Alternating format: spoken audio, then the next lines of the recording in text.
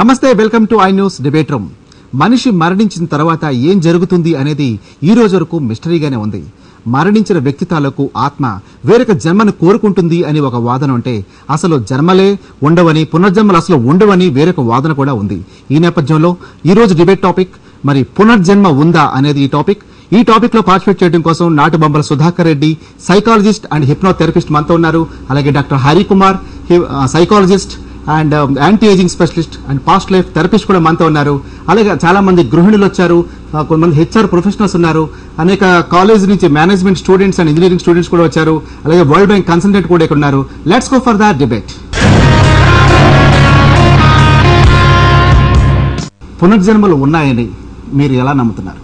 నా అనుభవం ద్వారా నాకు పూర్వజన్మలు ఉన్నాయి అని నేను తెలుసుకున్నాను. అప్పటిదాకా నేను కూడా నమ్మేదాన్ని కాను.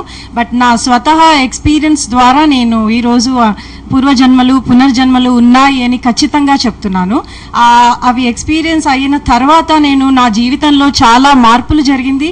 నా టాలెంట్స్, నా క్లారిటీ, నా లైఫ్ గురించి నా క్లారిటీ కూడా కనిపించింది. పూర్వజన్మలో నేను ఇలాగే ఉన్నాను అని చెప్పడం కోసం మీరు ఎలాంటి కన్క్లూషన్కి వచ్చారు? 2-3 లైఫ్స్ చూసుకున్నాను నాది. ఒక లైఫ్ లో నేను ఒక డాన్సర్ గా చూసుకున్నాను, మళ్ళీ ఇంకొక లైఫ్ లో నేను పెద్ద సింగర్ గా చూసుకున్నాను. అది ఈ జీవితంలో కూడా ఇట్ ఈస్ క్యారీయింగ్. నేను ఈ జీవితంలో కూడా నేను బాగా పాడగలుగుతున్నాను. ప్లస్ నాది ఒక జన్మలో నేను ఒక సేజ్ గా చూసుకున్నాను. సో అదేంటంటే ఇప్పుడు కూడా నేను I'm into yoga and meditation. I can sit in meditation for long hours. గతానికి సంబంధించిన ఒక జన్మ కాదు, చాలా జన్మలు చూసుకోవటం జరిగింది. ఓకే, అరుణ గారి వాదన మీరు ఉన్నారు. ఆమె గత జన్మల గురించి చెప్పడం జరిగింది. దాంతో మీరు ఏకీభవిస్తారా? తను చెప్పిందంతా భ్రమండి. ఇది మన సైకాలజీలో డిజావు అంటాము. సో ఏదైనా మనకి ఇప్పుడు జరిగిన సిచ్యువేషన్ ఇంతకు ముందు జరిగినట్టుగా మనకు అనిపిస్తుంది. సో అలాంటి జబ్బు ఉన్నట్టుందండి. దాన్ని చెప్తే దానికి ఇంతవరకు ఆధారాలు లేవు. సైంటిఫిక్ గా ఎవరన్నా ప్రూవ్